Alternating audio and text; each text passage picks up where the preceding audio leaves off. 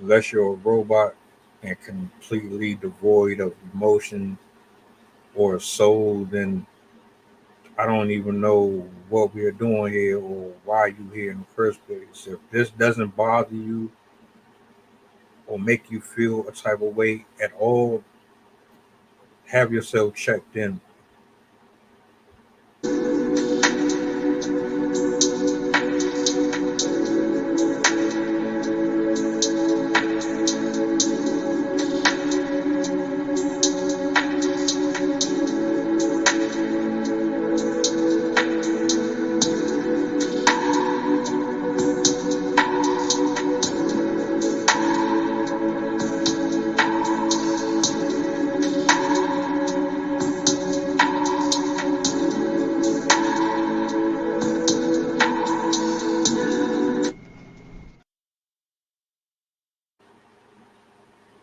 What's up? This particular video was going to trigger some people. It triggered me. It triggered me so much so that I decided that I was going to share it with the world. We need it. We need it as an example to parents. We need it as an example to communities, to families, to people who actually love their loved ones and families. And there's no getting around or avoiding the truth or the evidence that is being displayed or the amount of emotions that is going to be shown here in this particular clip that I'm about to show you. I personally get so tired of seeing the same oversaturated content publicly put up here for millions and millions of people daily to see, but we try to dip, duck, dodge subjects like this, even if it's sensitive. I get it, but at the same time, we still need to address this because it's happening and it's happening right now as we speak. So we're going to jump into it. I'm gonna let you make a decision on how you want to take this.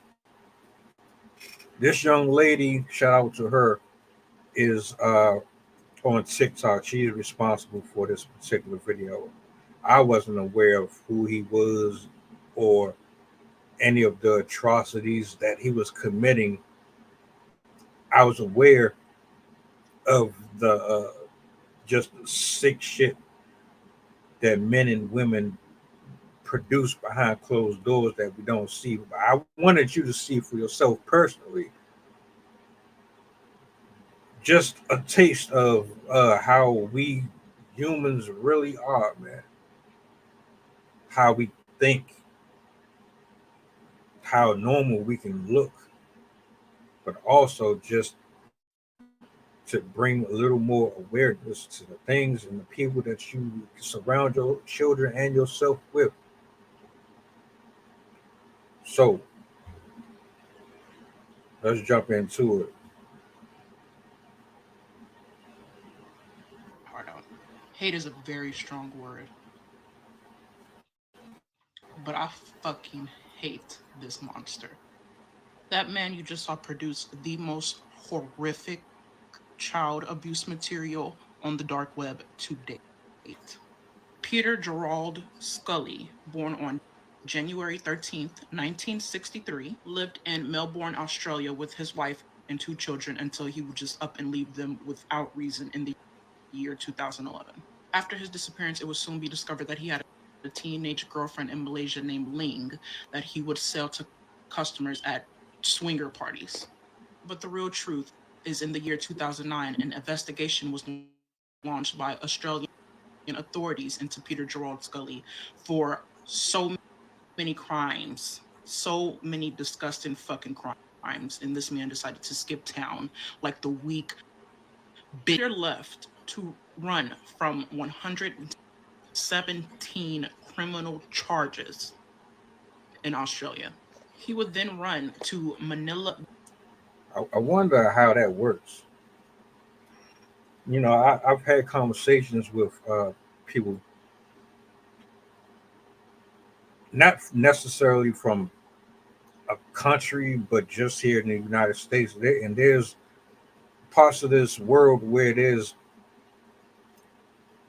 places that really aren't as strict, and they're extremely lenient on abuse, on crime in general. The person or the party that gets involved in assaults or some type of form of violence, they don't get punished really. Their sentences are extremely light. They don't stay behind the bars very long. They get slaps on the wrist when they get out. They don't have to really go through an exhausting phase of rehabilitation. And it's one of the problems that I have with the judicial system, especially when you sentence certain people more unjustly and heavier than you do folks that are repeated offenders over and over. How does somebody have so many charges on them and they ain't thrown under the seal at all? That should never really made sense to me. Somewhere we need to reevaluate some of these laws. Philippines, where he would unleash the most disgusting evils. I'm getting sick to my fucking stomach. Peter would find a 14-year-old child on the streets of Manila, Philippines, and promise her a better life in exchange to fulfill all of his weird, sick, disgusting, twisted fantasies. And she would do it. This child's name was Carmi Ann Alvarez.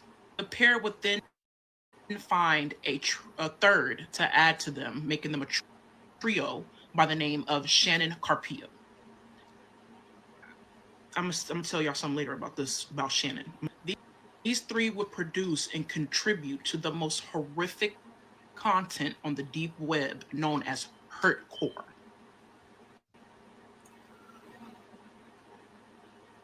You know why, for me personally, when I say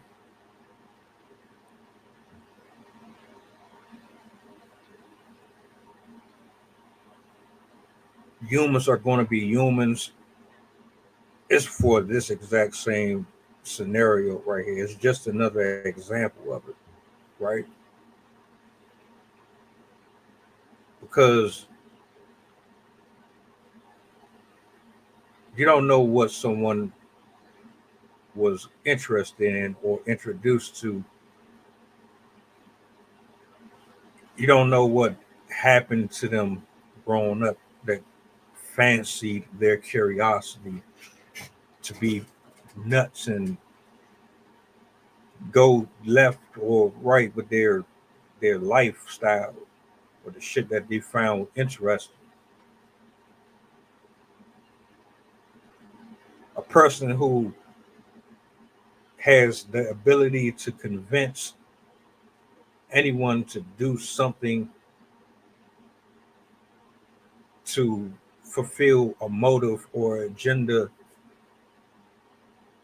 of their own accord is a very dangerous person to interact or deal with. We influence adults all the time through peer pressure of success and fame and all of that. But children are especially uh, susceptible to the manipulations of adults, which is another reason why this right here should be a warning sign to folks who think that they can just up and leave their children 8 hours a day in an infrastructure where teachers are more perverted now than they ever was before, letting your children walk to school by themselves and all of that other shit. Like, I don't understand how people feel comfortable enough to do things like that. Dumb the Mongo, shit like that, shit like that, shit like that.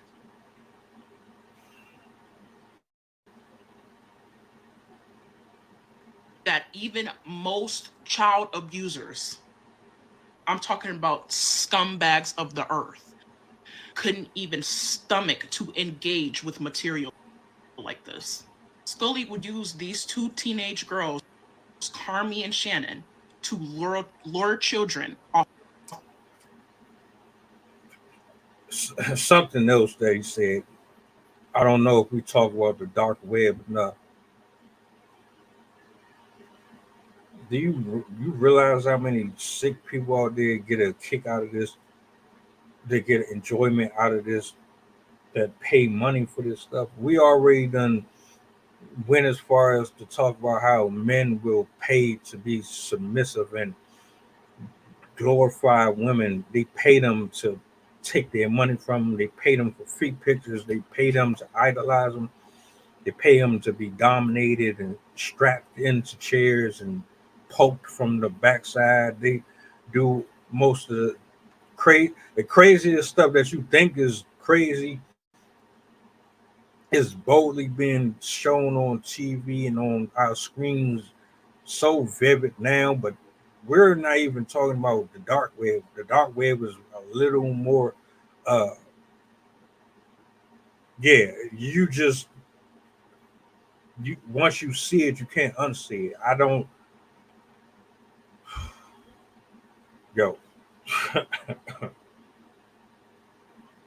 I just don't know and how anyone could find any pleasure, but it just goes to show how real evil is and how evil can influence someone, manipulating the perception of a person's point of view into thinking that what's evil is actually righteous and good and is so she's even right now giving you a heads up. This shit is so bad that even the perverts can't stomach watching this shit.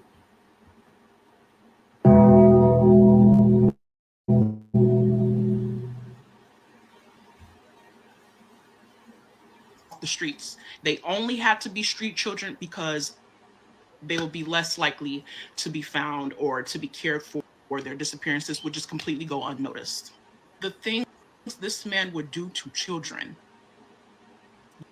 you guys, had me in tears.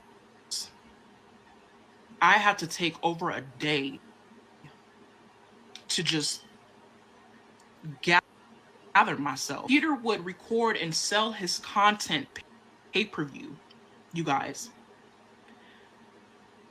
And he had regular consumers, regular customers, regular clients that would pay up to $10,000 for one video.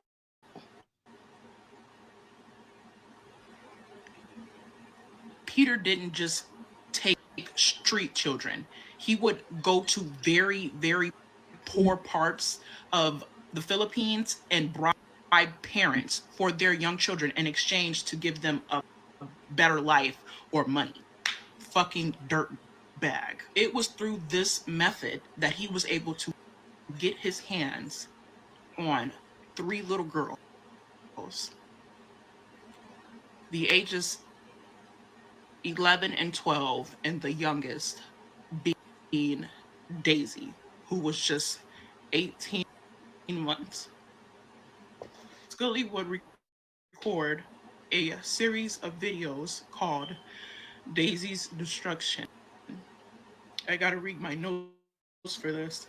In the introduction of his very first video, it would read, "Come see a child's mental ruin, her innocence lost.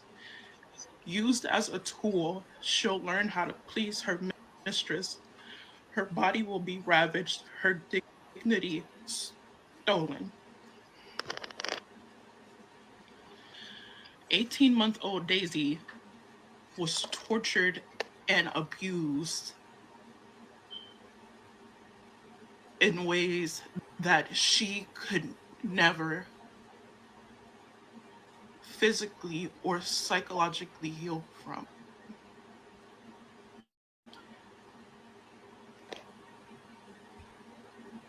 I'm gonna stop the video right there. I don't think you need to hear or see any more. There is a part two, but I don't think that part two is going to be necessary, to be honest with you, because quite frankly, I wouldn't be able to hold myself together listening to any more of that.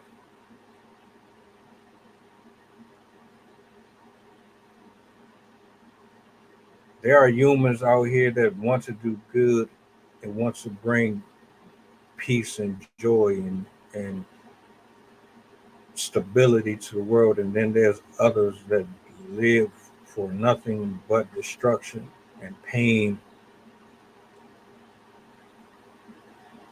If this doesn't prove to you that Satan is real, I don't know what else to tell you. Even for, and the crazy part about it is, I'm gonna say it, there's people right now that you think are probably the most uh, prolific folks in the world, and they might just be as bad as him. We need to pray more, man. My heart goes out to these children that fall into the hands of these monsters. They don't deserve it. And to the parents who would betray their own children because their life and their conditions are so horrible to the point to where they have to sacrifice their kids so that they can have a roof over their head.